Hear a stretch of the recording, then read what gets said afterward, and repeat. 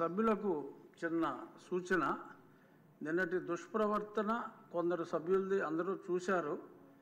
దాని గురించి ఉన్న 10 నిమిషాల సమయంలో 5 నిమిషాలు వృధా చేసుకోకుండా ఆ గవర్నర్ గారి ప్రసంగంలో ఉన్న మంచిని, అలాగే ఇంకొన్ని సూచనలు కూడా మీకు ఇంకేదన్నా ఇలా చేస్తే బాగుంటుంది అని మీకు అనిపిస్తే ఆ సూచనలకు కూడా ఆ సమయాన్ని మనం వాడుకుంటే బాగుంటుంది. అంచేత ఆ ప్రవర్తన అందరూ చూశారు, ప్రజలందరూ చూసిన ప్రవర్తనని మళ్ళీ అందరూ చెప్పవలసిన అవసరం లేదని నా సూచన. ఇప్పుడు డాక్టర్ కలికిరి మురళీమోహన్ గారు, పూతలపట్టు.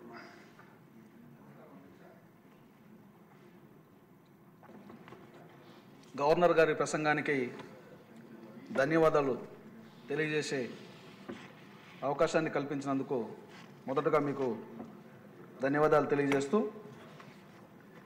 గడిచిన 5 ఏళ్ల కాలంలో జరిగినటువంటి విధ్వంసం నుంచి ఈ రాష్ట్రం వికసిత్ ఆంధ్రప్రదేశ్ వైపు వడివడిగా అడుగులు వేస్తున్నటువంటి తరుణంలో 8 నెలల కాలంలో ఈ కూటమి ప్రభుత్వం సాధించిన విజయాలని, చేస్తున్నటువంటి ప్రగతిని, చేయబోతున్నటువంటి అనేక అంశాలని గవర్నర్ గారు వారి యొక్క నివేదికలో ప్రసంగిస్తున్నటువంటి తరుణంలో అరచేతిని అడ్డుపెట్టి సూర్యకాంతిని ఆపలేమన్నటువంటి నిజాన్ని తెలుసుకోలేనటువంటి కొంతమంది అరుపులు కేకలు పెట్టి గవర్నర్ ప్రసంగాన్ని అడ్డు తగిలి ప్రజలకు ఏదో భ్రాంతిని కలిగించాలన్నటువంటి అపోహతో చేసినటువంటి దురదృష్టకరమైనటువంటి సంఘటనని విచారం వ్యక్తం చేస్తూ, ఈ రాష్ట్రంలో కొన్ని విషయాలు గవర్నర్ గారి ప్రసంగంలో ప్రస్తావించినటువంటి విషయాల్ని నేను ఒక గ్రామీణ ప్రాంతాల నుంచి ప్రాతినిధ్యం వహిస్తున్నటువంటి ఒక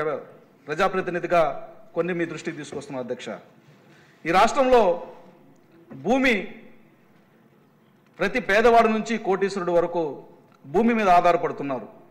అత్యంత మంది ప్రజానీకం భూమితో అనుబంధాన్ని పెనవేసుకున్నారు. అయితే గడిచిన 5 సంవత్సరాల్లో ఎవరి భూమి ఎవరు లాక్కుంటారన్నటువంటి భయం నెలకొని ఉండేది అధ్యక్ష.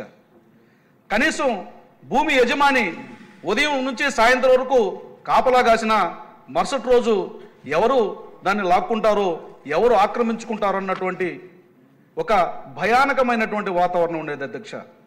అదే సమయంలో అప్పటి ప్రభుత్వం తెచ్చినటువంటి ల్యాండ్ టైటిలింగ్ యాక్టు మరికొంత గందరగోళాన్ని సృష్టించింది అధ్యక్ష.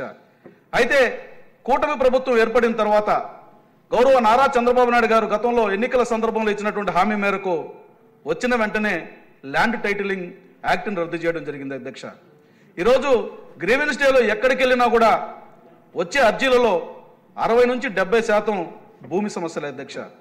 ల్యాండ్ టైటిలింగ్ యాక్టు రద్దు చేసిన కారణంగా ఇప్పటికీ ప్రజల్లో కొంత నమ్మకం కలుగుతోంది. ఈ ప్రభుత్వం మనకు భూమిని కాపాడడం కోసం ఒక ప్రయత్నం చేస్తుందన్నటువంటి ఆశ, భరోసా కలుగుతోంది.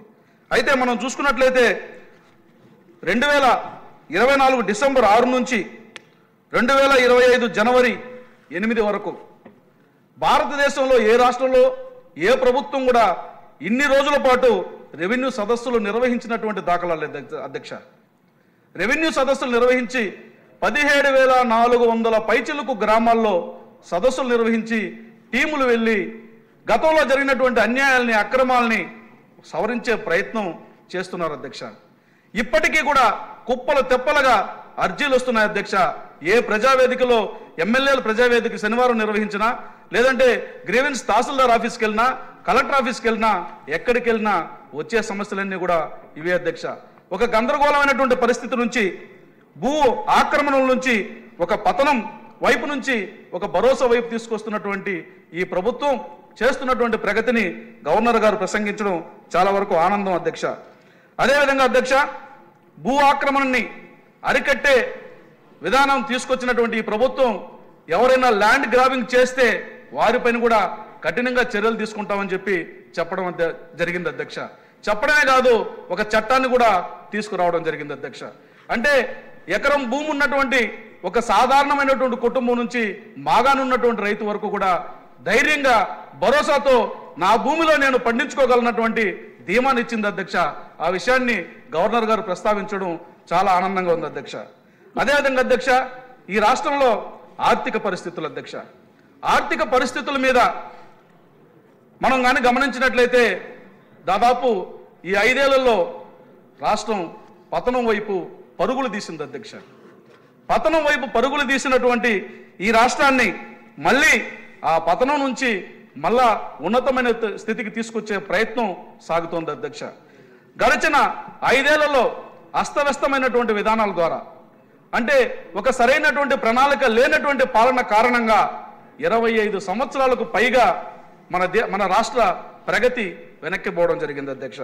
దాని కారణంగా ఈ రాష్ట్రంలో దాదాపుగా మనం గమనించినట్లయితే 1,40,000 కోట్ల రూపాయల బకాయిల్ని ఈ రాష్ట్ర ప్రభుత్వం గతంలో చేసినటువంటి నిర్వాహకం వల్ల అప్పులు పెట్టిపోవడం జరిగింది అధ్యక్ష. అయినా ఎక్కడా కూడా ఈ ప్రభుత్వం ఇన్ని అప్పులున్నాయని, లేకపోతే గత ప్రభుత్వం ఈ రకంగా చేసిందన్నటువంటి గందరగోళానికి గురి కాకుండా ఇచ్చిన మాట ప్రకారం, గతంలో ఇచ్చినటువంటి ఎన్నికల హామీల ప్రకారం పెన్షన్లు పెంచడం జరిగింది అధ్యక్ష. 1000 రూపాయల పెన్షన్లతో పెంచడంతో పాటుగా వికలాంగులకి 3,000 రూపాయల నుంచి 6,000 రూపాయలు ఇచ్చి ఒక ధైర్యంగా, అంటే ఎవరైతే ఆకలితో ఉన్నాడో, ఎవరైతే కష్టంలో ఉన్నాడో వాడు ధైర్యంగా, భరోసాతో ఈ ప్రభుత్వం నాకుందన్నటువంటి నమ్మకంతో బ్రతికే అవకాశాన్ని కల్పించింది అధ్యక్ష.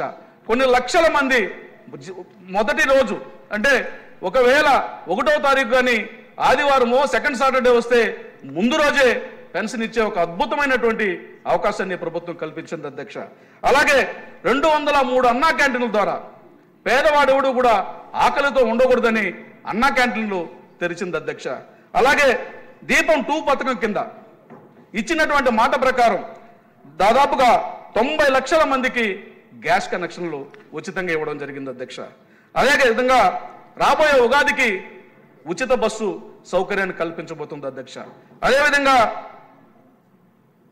రాబోయే జూన్ జూలైలోనే అన్నదాత సుఖీభవ పథకాన్ని కూడా తీసుకురాబోతున్నట్టు గత బడ్జెట్లో చెప్పడం జరిగింది అధ్యక్ష.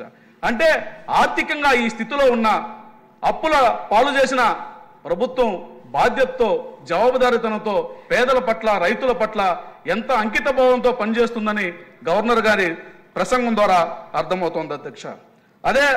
అదే సమయంలో విద్య అనేది చాలా ఇంపార్టెంట్ విషయం అధ్యక్ష. ఏ దేశ ప్రగతి అయినా, ఏ రాష్ట్ర ప్రగతి అయినా, ఏ కుటుంబ ప్రగతి అయినా ఆ ఇంట్లో ఉన్నటువంటి చదువుల వల్ల మార్పు చెందుతుంది అధ్యక్ష. ఆ విధంగా చూసుకున్నప్పుడు గడిచిన 5 సంవత్సరాల్లో విద్యా వ్యవస్థని భ్రష్టు పట్టించారు అధ్యక్ష. నాడు నేడు పేరుతో కోట్ల రూపాయలని అక్రమంగా దోచేశారు అధ్యక్ష. అదే సమయంలో 117 జీవో పేరుతో విధ్వంసకరమైనటువంటి అస్తవ్యస్తమైనటువంటి విధానాలు రూపు తీసుకురావడం జరిగింది అధ్యక్ష. ఈ రాష్ట్రంలో అనేక సందర్భాల్లో విద్యా వ్యవస్థలో మార్పు తెచ్చారు. కానీ మొట్టమొదటిసారిగా గౌరవ లోకేష్ బాబు గారి నాయకత్వంలో విద్యా వ్యవస్థలో అనేక సంస్కరణలు తీసుకురాబోతున్నారు అధ్యక్ష. 117 జీవో ద్వారా ఏదైతే విధ్వంసం జరిగిందో దాన్ని సవరణ చేస్తూ మరొక 50 సంవత్సరాల వరకు కూడా ఈ విద్యా వ్యవస్థలో ఏ రకమైనటువంటి ఇబ్బందులు తలెత్తకూడని విధంగా సంస్కరణలు తీసుకురాబోతున్నారు అధ్యక్ష. 3-4 తరగతుల నుంచి 10వ తరగతి వరకు కూడా ఎవరు కూడా ఒక 50 మంది పిల్లలు ఒక చోట చేర్చి 5 తక్కువ లేకుండా టీచర్లు పెట్టి ఏ సిలబస్లో కూడా ఏ సబ్జెక్ట్లో కూడా వారు వెనుకబడతనం లేకుండా అందరికీ నాణ్యమైనటువంటి విద్యని క్వాలిటీతో పాటుగా అందరికీ కూడా అవసరమైనటువంటి విధంగా టీచర్స్ని వేసి ఒక సంస్కరణ తీసుకురాబోతున్నారు అధ్యక్ష. ఆ విషయాన్ని కూడా గవర్నర్ గారు తన ప్రసంగంలో చెప్పడం జరిగింది అధ్యక్ష. గతంలో వైస్ ఛాన్సలర్